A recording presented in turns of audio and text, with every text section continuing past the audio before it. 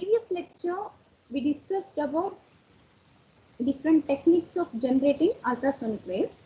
So in this lecture, I'm going to explain what are different ways to detect the ultrasonic waves. Along with that, we are going to discuss various applications of ultrasonic waves.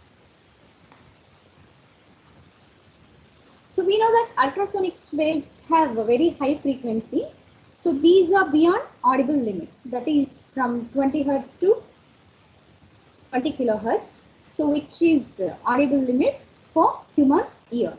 So the frequencies of sound waves whose range is greater than 20 kilohertz are nothing but ultrasonic waves. So we know that we can generate ultrasonic waves by using either of these two techniques. So those are magnetostriction method and piezoelectric method. So we have discussed these in the earlier lecture. So now we are going to discuss what are various methods available for detecting ultrasonic waves that are propagated in different media. So the ultrasonic waves which are propagated through a medium can be detected in number of ways. So the following are few ways we can detect the presence of ultrasonic waves. So those are nothing but using piezoelectric detector, using sensitive flame method, using thermal detector, and using acoustic rating method. So let us discuss each technique one by one. Coming to piezoelectric detection, so here we are going to use piezoelectric effect. So that is nothing but whenever one pair of opposite faces of quartz crystal is exposed to the ultrasonic waves, so the other pairs of opposite faces of the crystal are going to develop opposite charges. So that means here we are exposing ultrasonic waves so that are generated from various methods to the quartz crystal. So whenever these are allowed to pass through the quartz crystal, so on the opposite faces we will have electrical voltage. So this, by using this piezoelectric detection, so we can find out the presence of ultrasonic waves. So another method is sensitive flame method. Here in sensitive flame method, we are going to use sensitive flame, which is nothing but the gas flame. So by determining the variation intensity of this flame, so we are able to detect the ultrasonic waves. So an arrow sensitive flame is moved along the medium in which ultrasonic waves are propagating. So whenever these ultrasonic waves are propagating inside the medium, so they are going to form standing waves due to direct and reflected waves of ultrasonic waves. So at the standing waves, we will have nodes and antinodes. At the nodes, we have mostly the sound intensity is 0, and at the antinodes, we have maximum sound intensity. So when we have such kind of nodes and antinodes present in the ultrasonic waves, so whenever this sensitive flame is moved along that medium, so at the positions of antinodes, so we will have steady flame. That means the consistency of brightness of the flame we can observe. But at the position of the nodes, the flame flickers. That means the intensity of the flame is going to be altered. So by using this technique, we are able to find out the ultrasonic waves. And the another method is using thermal detector. So this is most commonly used method for determining or detecting ultrasonic waves. So in this method, a fine platinum wire is placed in the region where we need to test for ultrasonic waves. And as we have discussed earlier, so whenever ultrasonic waves are propagating through the medium, so they are going to form standing longitudinal waves, which consists of alternate compressions as well as rarefaction. So due to this, we will have alternating heating and cooling effects are produced in the platinum wire.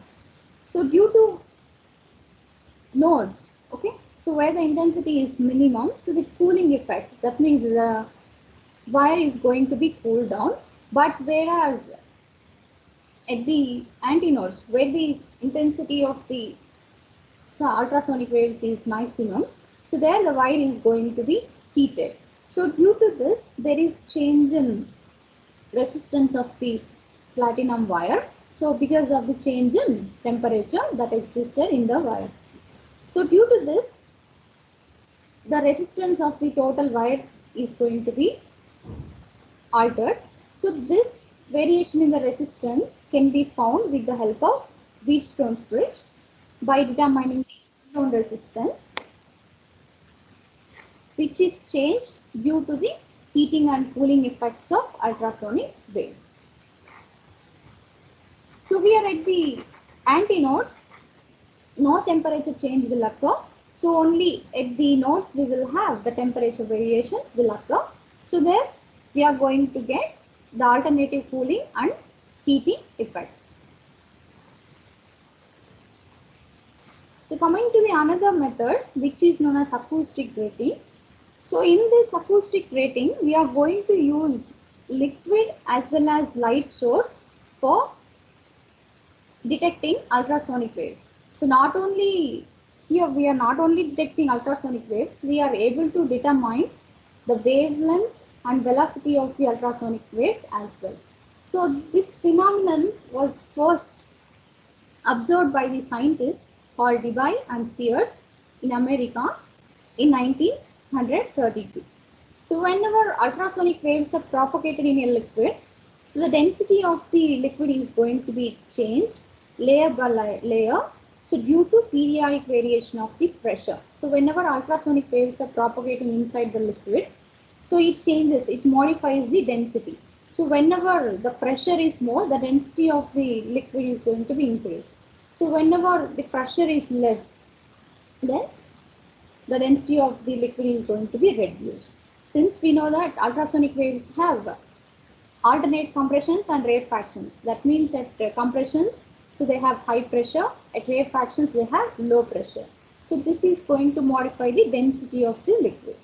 So if under this condition, if we allow a monochromatic light to pass through such kind of liquid in which ultrasonic waves are propagating, so in perpendicular to the ultrasonic waves propagation, so then the liquid will behave like diffraction grating.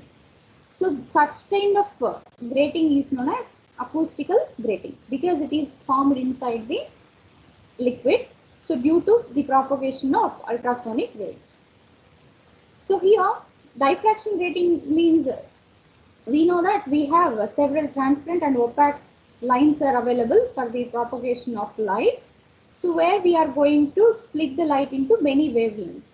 So and thus we are able to determine the wavelength of each light separately. So here this acoustic grating is useful for us in determining the wavelength and velocity of the ultrasonic waves. So the typical experimental setup used for acoustic grating is look like this. So it consists of a glass tube, so in which the liquid is placed. At the bottom of the glass tube, we have one ultrasonic wave oscillator, so which is used to produce the high frequency ultrasonic waves. And at the another surface of the glass tube, so we will have sodium vapor lamp, so which is going to emit light that consists of single wavelength. And in order to direct these light waves towards the glass tube, so we are going to arrange one lens at the right angle to the ultrasonic waves.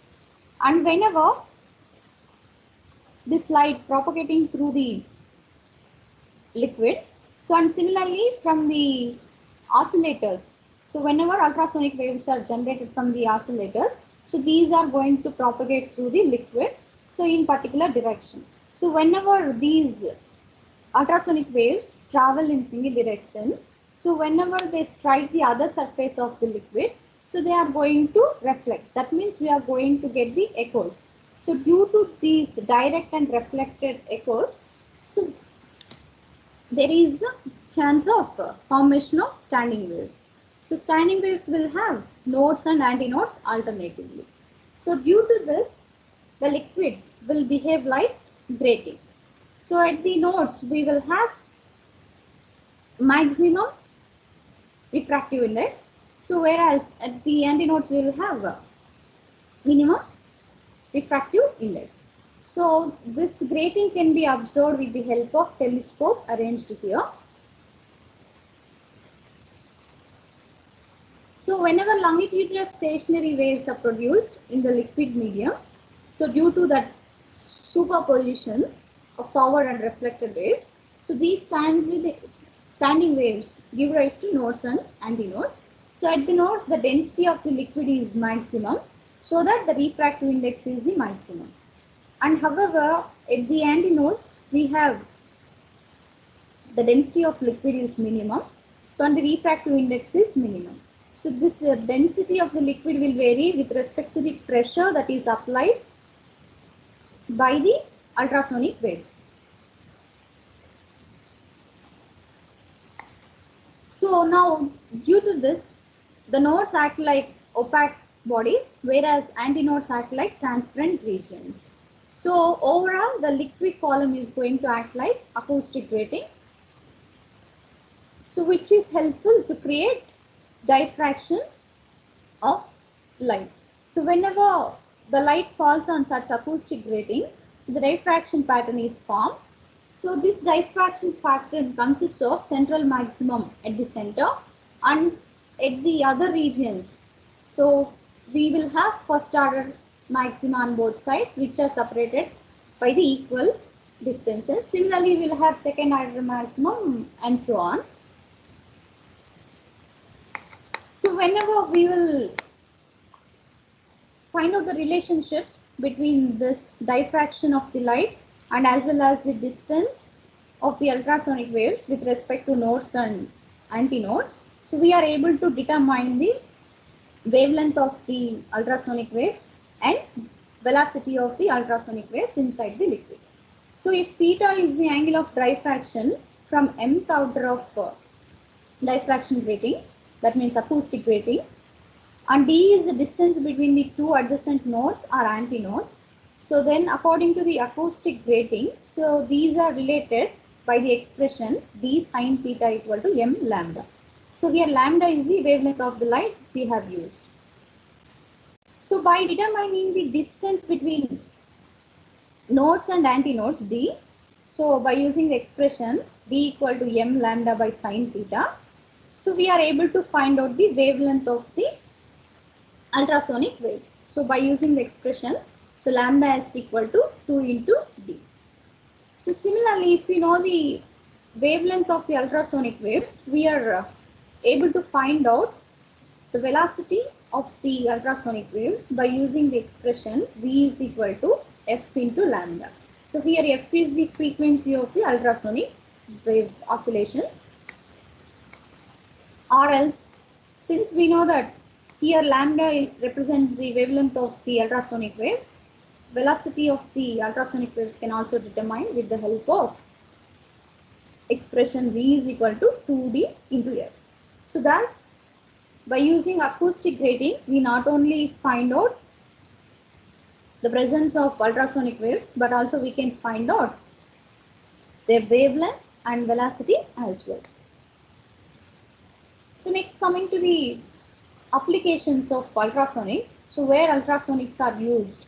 So mainly ultrasonics are useful in different fields such as industries, communication and medicine. So out of all these applications, we are going to discuss here few important applications. So among them, first one is detection of flaws in metal or non-destructive testing. So here detection of flaws in the metal means once the metal has finished its preparation, so then if there exists any kind of flaws such as holes or cracks are present inside the metal surface, so that can be detected with the help of ultrasonic waves. So it is also known as non-destructive testing because The purpose of non-destructive testing is to find out whether any flaws exist in a finished product without causing damage to the body. So here we are not going to modify or degrading the finished product, but we only test for whether any kind of flaws are present or not. So ultrasonic waves are used to detect the presence of flaws or defects. So in the form of cracks, blowholes, etc. in the internal structure of material. So whenever any finished product consists of a crack on the surface of the material, or as blowhole. Blowhole means while solidification of any particular product, so there may be a chances of trapping a bubble of gas inside the solid, so which is nothing but blowhole. So it will lead to the non-distribution of the finished product. So that is why it is known as defect or flaw, which degrades the performance of the material. So whenever this kind of defects are present inside the metal, so by sending out the ultrasonic waves, these ultrasonic waves will reflect from the defects. So by determining the reflected beam time interval, so we are able to find out the presence of the defects or flaws inside the metal.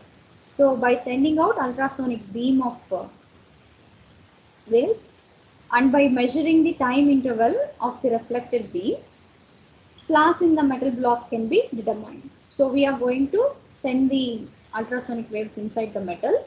So we will receive echoes from the flaws. So by determining the time gap between those two waves, that means for the transmission of the waves and the time required to get the reflected wave, so we are able to find out the flaws present in the metal block. So this is the general arrangement for determining the flaws present inside the material. So it consists of ultrasonic frequency generator, so which is used to generate ultrasonic waves, and cathode ray oscilloscope for determining the flaws in the form of visual signal, and transmitting transducer for transmitting the signals inside the metals, and receiving signal so that are received in the form of echoes, and an amplifier for amplifying the received echo signal. So here the ultrasonic frequency generator is able to generate high frequency ultrasonic waves. So it has two-way communication. So one is used to send the signal inside the metal through the transmitting transducer, and another one is used for reference for comparing with the reflected echo. So whenever this ultrasonic wave strike the surface, if there is any kind of flaw, that means crack or hole present inside the metal, so it will be reflected and is received by the receiving transducer. So this receiving transducer gives this echo signal to the amplifier for amplification. So and this echo signal is displayed in the CRO for comparison. So here this echo pulse is compared with the reference pulse. So whenever there is no variation between transmitted and received echo signal, then there is no flaw. If there is variation in two signals, then there is a flaw. And based on the height of the pulse received from the receiving transducer, so we are able to determine what is the depth of the flaw as well. So another application is ultrasonic drilling. So drilling is used for making holes inside very hard materials such as glass and diamond. So we know that it is very difficult to create holes in diamond. So to create holes in diamond, so we are going to use a technique called ultrasonic drilling. So for this purpose, a suitable drilling fuel bit is used, which is fixed at the one end of the powerful ultrasonic generator. and some slurry paste, that means a thin paste of carborundum powder along with the water is used to make to flow between the bit and the plate in which the hole is to be made. So the typical arrangement is like this. So this is the piezoelectric generator, so which is used to generate high frequency ultrasonic waves. So at the end of this ultrasonic generator, so we'll have one fuel bit, so which is sharp enough. So at the surface of fuel bit and the hard material, so we are going to provide a fine paste of carborundum powder, so which is helpful in creating hole inside a hard material. So here this tool bit moves very fast up and down so very quickly. So on the slurry particles below the bit, just remove the a part of material from the plate. So and hence the hole can be formed inside the hard material. So another application is ultrasonic welding. So welding process is used for joining different metals. Okay, so we know that we are going to join different metals with the help of electric or gas welding. That means we are going to join two metals by using either electric or gas flames. But this requires continuous heating of the materials. But due to this continuous heating, the properties of some metals are going to change. So that is why here, with the help of ultrasonics, we are going to join different materials without heating them. So in such cases, the metallic sheets which are welded together, so at room temperature, by using ultrasonic waves, can be brought together. And here we are going to provide a hammer to the powerful ultrasonic generator. So similar to the driller, so here also we are going to use one powerful high frequency piezoelectric ultrasonic generator, so which is able to generate high frequency ultrasonic waves. So at the end of ultrasonic generator, we will have hammer, so which is going to press the two metals which are to be welded together. So the metallic sheets to be welded are put together under the tip of the hammer. So the hammer is made to vibrate ultrasonically. So whenever ultrasonic waves are generated, so the hammer is in vibration, and as a result, it presses the two metal sheets very rapidly, and the molecules of one metal diffuse into the molecules of the other. So here no need of any external heating. So the two sheets which are to be joined, that means which are to be welded together, are joined, so without the help of heating. So this process is known as cold welding, because here we are not heating the material. So without heating, it is possible to join the two materials together with the help of ultrasonic welding. Another application is in the communication, that is nothing but sonar. Sonar stands for sound navigation and ranging. So this is mostly helpful in the detection and identification of underwater objects, such as the location of shipwrecks, submarines, and finding of whole flock of fish, etc. So here this method consists of sending powerful beam of ultrasonics in the suspected direction in water. And we need to note down the time interval between the emission and receipt of the beam after reflection, and by finding the distance using the formula D equal to Vt by 2, we are able to find out the presence of shipwrecks. That means here on the board, okay, so on the ship we'll have one powerful ultrasonic generator, so which is going to generate very high frequency ultrasonic waves. So it is able to generate the ultrasonic waves in the range of 200, 300 megahertz. So that generator is going to generate very short duration of pulses, So they will travel inside the sea and they will hit the target in different directions. So if there is a target such as shipwreck or submarine, so then echo is received. That means the reflected wave is received from the target. And on the ship we will have one reference signal for comparing this echo signal. So after determining the time interval between the transmission pulse as well as the received pulse, we are able to find out the distance of the target. So the formula here we need to use is D equal to Vt by 2. So here V is the velocity of ultrasonic waves inside the seawater and T by 2 is the time interval for reaching the echo pulse in the. So by this process we are able to determine the presence of target as well as its distance. Similarly, the direction in which side the target is located. Applications in medicine.